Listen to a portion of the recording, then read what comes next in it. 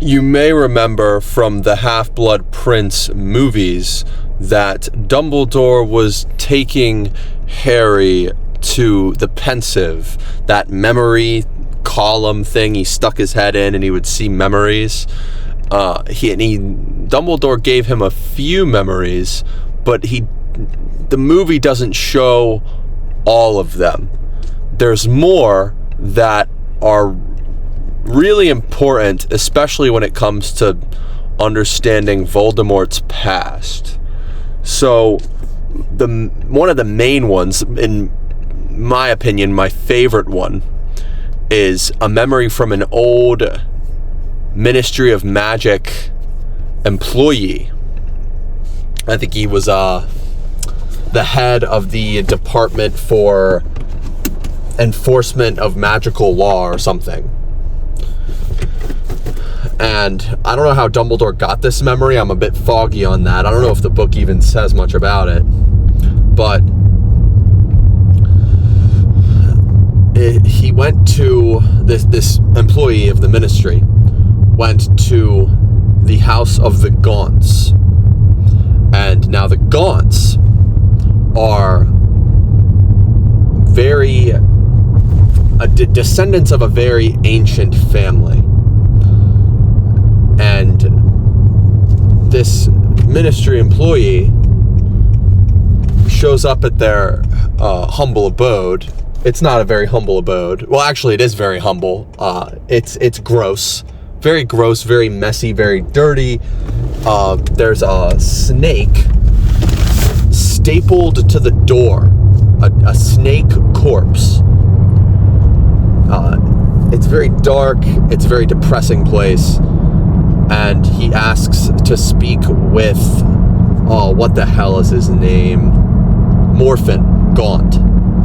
He meets his father, whose name I kind of forget. And he also meets Merope Gaunt, who is Morphin's sister. Merope is a squib. And in the books, there isn't much mentioning of squibs in the movies, but a squib is a person who is born into a magic family, but they do not have magical powers. Filch, as a matter of fact, is a squib. That's why he's so resentful of all the young wizards in the castle, and he's just such a dick, is because he wants to be magic, but he can't do magic. And he was born in a magic family. He's a squib. And Merope's family absolutely despises her for being a squib. She's like the runt of her family, like to the 10th degree. It's horrible how they abuse her for this quality that she has. And the other thing about the Gaunts is that they can speak parcel tongue. Can you guess what ancient family the Gaunts are descendants of? Abby, can you take it? You're down for the count, aren't you? You're a little sleepy. All right, I'm not going to involve Abby in this shit. The Slytherins. If you guessed the Slytherins, you would be correct. This family are all descendants of Salazar Slytherin. So, what Dumbledore explains to Harry after this sojourn into the memory is that, oh, and by the way, during the memory, Merope peeks out the window at this Muggle man who's riding down the road in, I believe, a chariot. In a carriage, a horse-drawn carriage. She's eyeing him up, this Muggle man. This Muggle man, and by the way, her father and her brother are not too happy about this, obviously. So they completely scold her, and I think they threaten to hurt this man. The man in that carriage's name is Tom Riddle. Senior. Of course, at the time, his name was just Tom Riddle. became Tom Riddle Sr. when their son is born, Tom Riddle Jr., also known as Lord Voldemort. So, Lord Voldemort was born from a squib. A squib. Which is insane to think about, given that he had such magical prowess, and I just missed my goddamn turn. So I'm just gonna have to figure this out, and you're just gonna have to sit there and just be a little bit patient while I find a good place to turn around, because my mistake is now becoming your what's the word?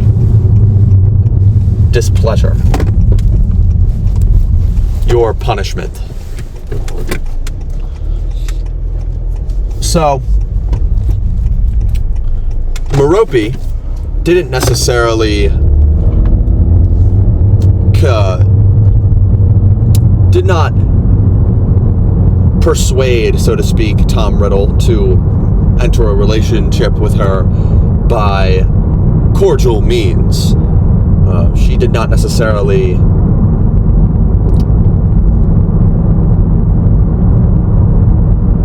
how do I put it? Tom Riddle did not fall in love with her by natural means. Merope slipped him a love potion. Now, one of my problems with this whole story of Harry Potter is the origin of Voldemort's evil. This is the weird thing about Harry Potter. One of them is that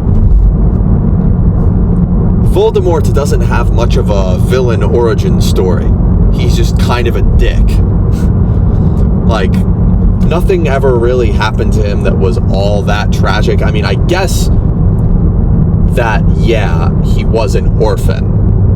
Like, his mother died while giving birth to him. His father was never in his life, and he had to grow up in an orphanage. But, like, he never knew his parents, so he didn't necessarily grieve them. But yeah, I guess he did grow up in an orphanage, so at least there's that. But, and of course, I can't go into specifics on how bad of an experience that is, because I did not experience it myself. So, but I would guess it's not that great of a thing to have happen to you, being an orphan. Can't be that amazing. So there's that. There is that. But even at that point in his life, he was already a dickhead. He was already an asshole. So I want to point one thing out.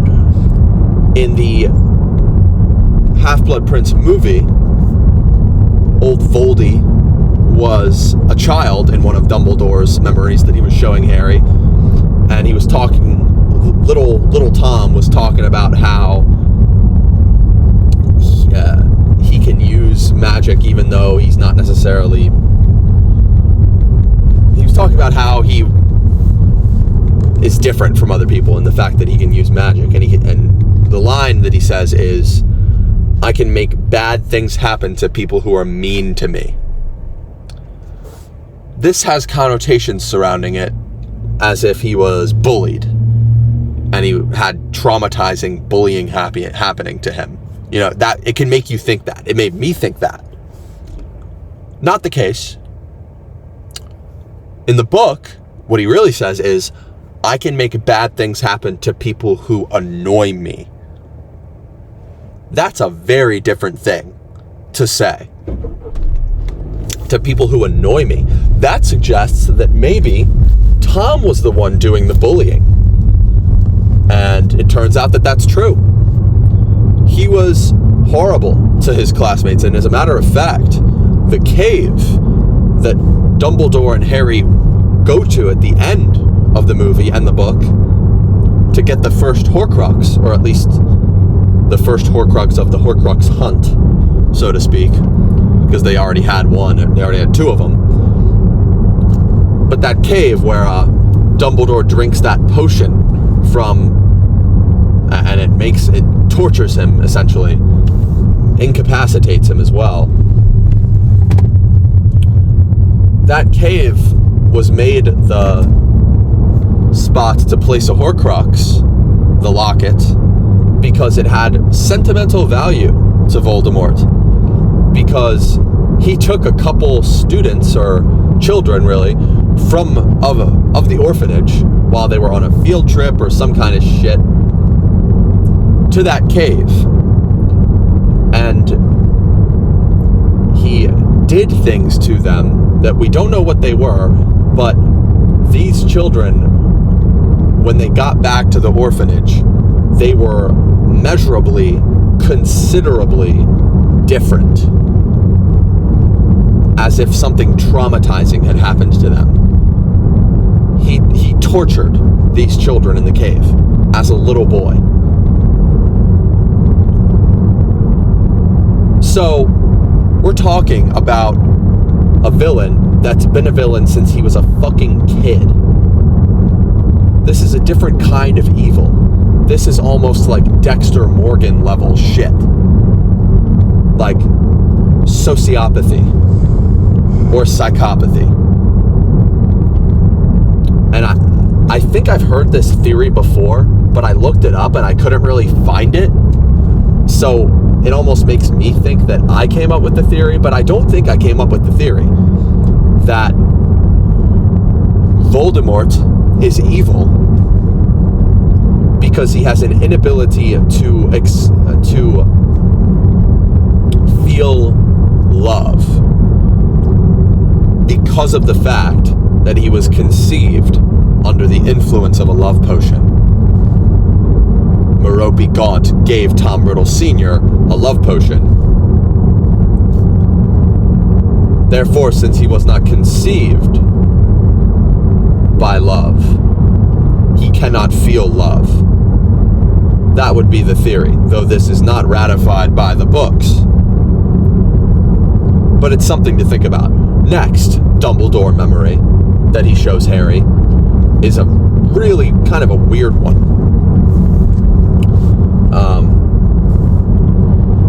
Tom Riddle had graduated Hogwarts. Let's talk about two different memories, actually. Once he graduates Hogwarts, he goes to work at Borgin and Burke's. Borgin and Burke's is that really weird shop, dark arts shop, that Harry ends up in book 2 and in movie 2. He uses the flu powder at the Burrow with the Weasleys, and he ends up in this really weird dark magic store. That's Borgin and Burke's. Voldemort goes to work there after his time at Hogwarts. While working there, and you know, Borgin and Burke's is like a dark artifacts store. So they're kind of like a pawn shop. Like they buy dark artifacts from wizards and witches, and they sell them. One of the people that Tom went to visit to try to buy shit was this woman named Hepzibah Smith. It was this affluent lady who had all kinds of interesting things. One of them being the something from, it's a chalice of some sort from Helga Hufflepuff, and I believe the locket from the Gaunt's house. I think, actually I could be wrong, but I know that she has something from Helga Hufflepuff. And Tom is kind of rizzing her up, so to speak. He's really giving her the work, just charming her, schmoozing her, so that she shows him these artifacts. I guess maybe he has intel that she has them. He wants to see them. Later on, Hepzibah Smith dies in her abode. And I believe someone else is convicted of murder, and Tom gets off, but Tom is the one who killed her. And he took the chalice and he made it into a Horcrux.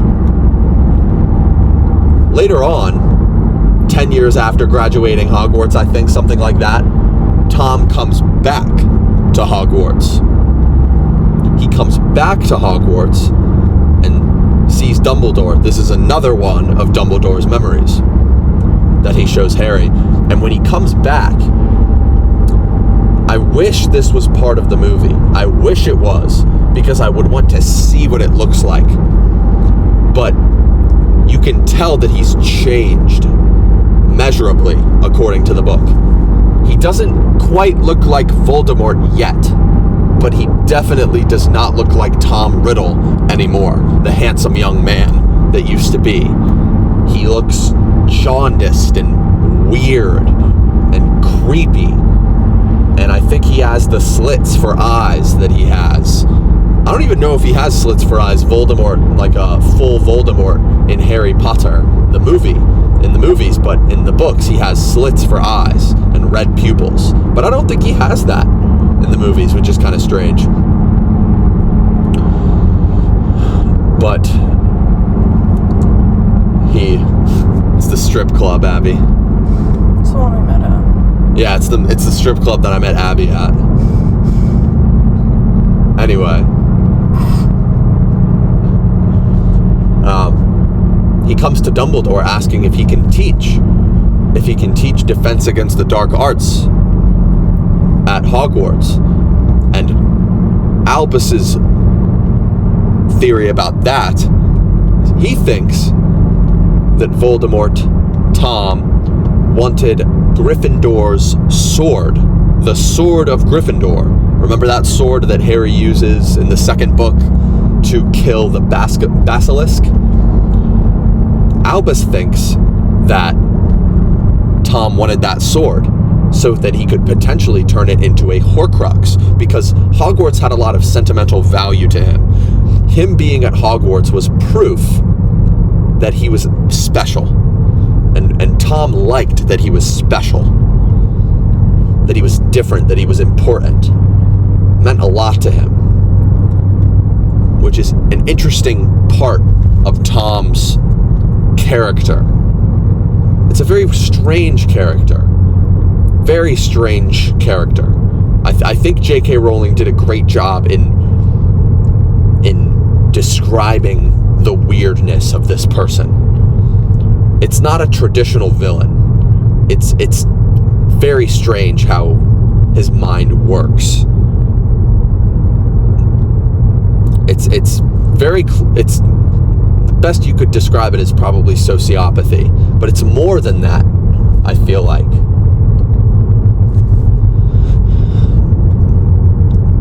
Of course, Albus Dumbledore turns him down for the Defense Against the Dark Arts position because he knows that Tom has been doing some weird shit. And by this point, he had probably already made at least a few Horcruxes. So, you know how each year the Defense Against the Dark Arts position changes. The Defense Against the Dark Arts teacher never lasts more than 1 year in the spot. Why is this? It's because Voldemort put a curse on the position to make it so that nobody at the position would last for more than a year. Isn't that just some petty shit? That is some... What is the show? Some Secret Housewives level petty shit that he pulled there. Is that what it's called? Real Housewives. That's what it is. Reality TV show level of pettiness here. But yeah, that's probably the main part of the book that I wish the movie left in is all of those flashbacks, because it's very interesting learning about Voldemort's past. You don't learn too much about it in the movies. You don't learn, I don't think, enough about it in the books, to be honest. I would have loved to learn more. I would love if there was a prequel to Harry Potter, so I could learn more about this universe. But there is more that the Half-Blood Prince does not teach you in the movies that it does in the books. I don't know why I'm saying teach, that it doesn't tell you, more like. I'm looking at my notes here. Another really cool thing is that, just as an aside, Harry has to serve detention for using the Sectum Sempra spell on Draco Malfoy, but so he can't play in the Quidditch Championship for Gryffindor. There really isn't much Quidditch at all in the 6th movie. Not nearly as much as there is in the book, but you'd think that that would be an automatic loss for Gryffindor, given that Harry's such a good seeker. But they win. They win the Quidditch Championship with Ron as the keeper and Ginny as the seeker. It's quite incredible. You would have never guessed. So I thought that was worth mentioning, because it's Quidditch is such a big part of the Harry Potter universe. But I think I'm going to stop this video, even though there is more to talk about. And that is all. My name is Luke, and this is Castles in the Air, and goodbye.